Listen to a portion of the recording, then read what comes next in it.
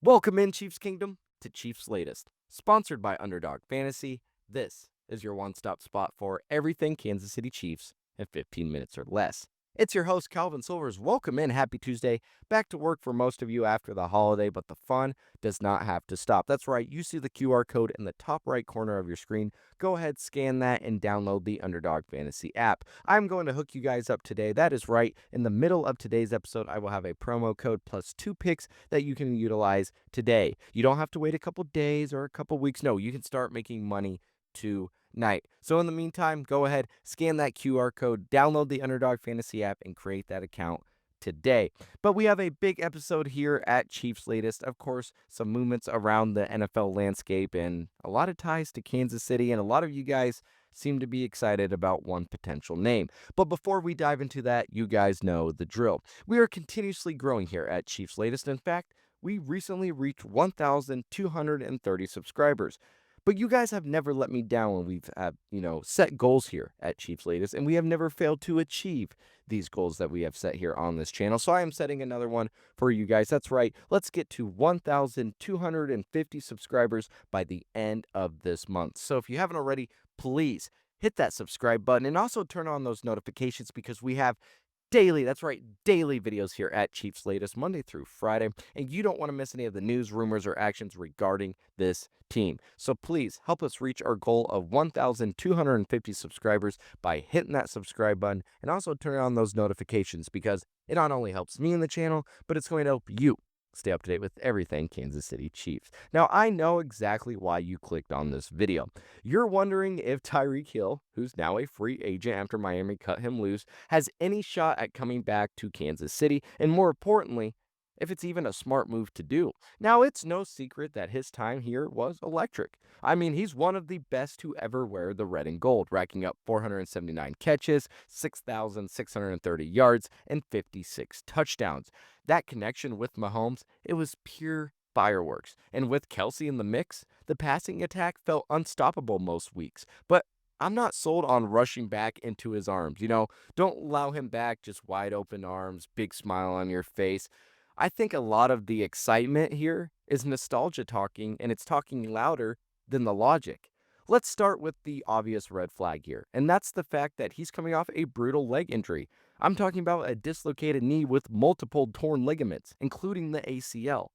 He then went on and confirmed on his Twitch stream Monday that he knew the release was coming and still needs another surgery to fix the LCL.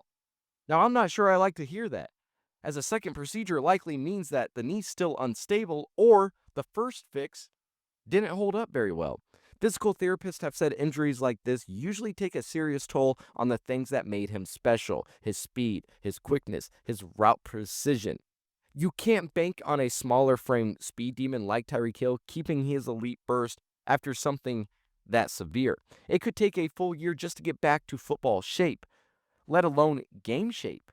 And not only that, the cap situation, it's brutal. Kelsey is almost certainly back and will take a chunk of money, even on a team-friendly deal. Add Hill at even, let's say, $7 million a year for a year. You're tying up a portion of the budget on an aging tight end wide receiver duo before touching defensive line, running back, cornerback, and there's some serious needs that need to be filled there. Hill, we know he loves Kansas City. We know he loves Mahomes. And he might be open to a low risk ring chase kind of deal or a prove it minimum coming off an injury. But that's the only scenario in my mind where this makes sense. And lastly, can we really count on an aging speed guy post major knee surgery when this room already has question marks? Rashee Rice has serious off field baggage and is heading into a contract year. Xavier Worthy has one injury shortened season and another where did he show much growth? He didn't. And then Jalen Royals, what has he done? He hasn't really proven anything yet. If Hill can't be one of the top 3 options in the passing game, I don't see a point of bringing him onto a roster spot. He doesn't help in 2027 or beyond when Kelsey's gone and Rice might not be extended. Relying more on aging bets, it's a losing strategy in today's NFL, but nothing happens until he passes a physical anyway. So plenty could change between now and then. So my take, Hill's injury and age, it makes him a high-risk gamble. These speed-dependent wide receivers rarely bounce back the same after major knee damage, and the cap crunch makes any deal, you know, eats into fixes that we need for bigger needs. This only makes sense on a minimum prove-it contract. Otherwise, I think you pass and invest elsewhere. What do you guys think, though? Do you welcome him back cheap or move on? I would love to hear your guys' comments down below. And again, if they catch my eye, I will read them right here on Chiefs Latest. Well, the Dolphins, they just kept cleaning house on Monday, cutting ties with Bradley Chubb, and now Chiefs fans, including channel viewer at Treyhead H9V, are already floating him around as a potential fit here in Kansas City. I get the excitement, especially with how rough our defensive line and depth looked last year. It's natural to perk up when a veteran pass rusher hits the market, but like we talked about with Hill, Chubb's coming off major knee trouble as well, as he missed all of 2024, and even after returning in 2025, only showed flashes. He put up 8.5 sacks, 20 quarterback hits, 48 pressures, 31 hurries. So again, it's not terrible by any means. Don't get me wrong there, but it's nothing close to his peak. He's entering his 30s, and you can see it. I think he just looks slower off the snap, and he just doesn't have that same explosive jump anymore. Now, multiple lower body injuries, those take a toll, and adding just more onto his age, this roster move, I don't know it's the one that we necessarily want to make. Then there's the scheme fit, where Spag likes the denser, stronger edges who can set a firm edge and hold up in the run game. Chubb's more of a speed/power guy from the outside, so it's fair to ask if he can consistently win as a 4-3 defensive end here. I'm not sold the Chiefs will chase him, and honestly, I wouldn't lose sleep if they pass on him. Let's not forget, they had the chance to trade for him at last year's deadline if they really wanted him that badly. Chubb's release opens a veteran pass rush option, but his age, injury history, scheme fit, makes him an ad that doesn't really move the needle, at least much for me. His production, it dipped post-injury, in the Chiefs, I think they have better fits like Bain or Bailey in the draft, and that's going to give you a more long-term impact as well.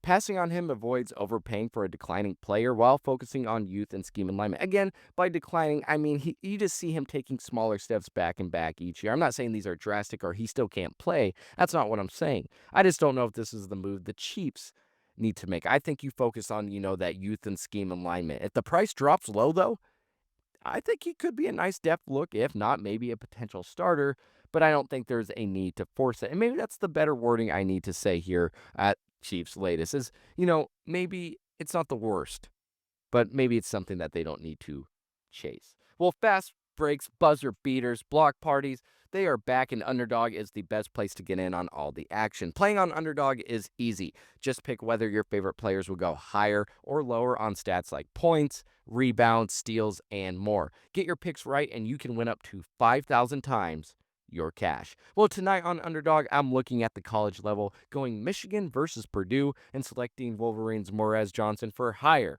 than 10.5 points, and Boilermakers Braden Smith for higher than 1.5 three-pointers made. So download the app today and use promo code FOOTBALLFAN to score $75 in bonus entries when you play your first $5. Again, that's promo code FOOTBALLFAN. Underdog. Make picks, win money. Must be 18 plus. 19 plus in Alabama and Nebraska. 19 plus in Colorado for some games. 21 plus in Arizona, Massachusetts, and Virginia. And present in the state where Underdog Fantasy operates. Terms apply. See assets.underdogfantasy.com/play and get terms DFSTML for details. Offer not valid in Maryland, Michigan, New Jersey, New York, Ohio, and Pennsylvania. Concerned with your play? Call 1-800-GAMBLER or visit www.ncpgambling.org. In New York, call the 24/7 helpline at 1-878 or text from line 467-369. Shout out to Underdog Fantasy once again for sponsoring today's video. You guys see that QR code in the top right corner of your screen. Go ahead, scan that now, download the app, and make your account today. Well, let's shift gears to the tight end spot because Brett Veach, he might be eyeing a replacement from the NFC North, as Green Bay's Luke Musgrave has been popping up in trade chatter lately. He was reportedly, available before the trade deadline, so with 1 year left on his deal, it feels like the Packers are at least ready to get something back rather than just, let him walk.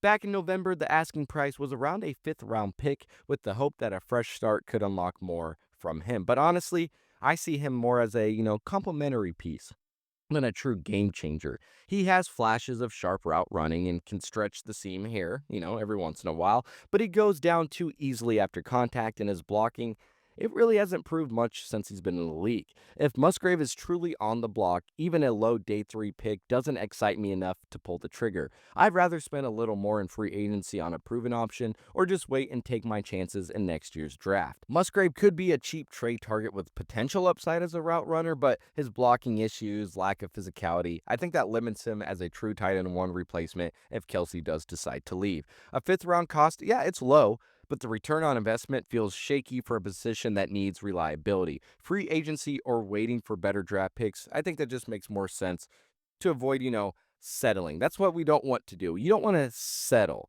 especially when you have Super Bowl aspirations. Well, we've touched on keeping the roster balanced and not leaning too hard on aging vets. And tight end is, again, one of those spots where time is ticking. Kelsey's either stepping away this offseason or next, and we just have to deal with that.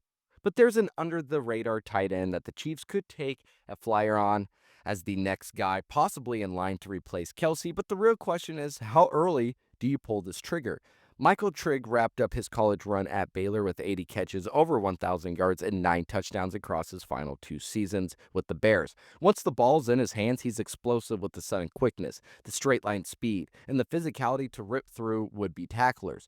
Baylor used him all over the field as well, out wide, in the slot, wherever they needed mismatch creation. He's a smooth route runner who sets up defenders with quick, sharp movements, gains leverage, and just flashes his routes cleanly. The upside is real, as he can make highlight reel grabs and stretch the field. So you're probably asking yourself, whoa, this guy sounds perfect. Why wouldn't we take him? Well, his blocking, it's a glaring weakness in both the run and pass protection, and his 10.7% drop rate, 13 career drops, it's a red flag for a team that's already among the league leaders in drops over the last 3 years.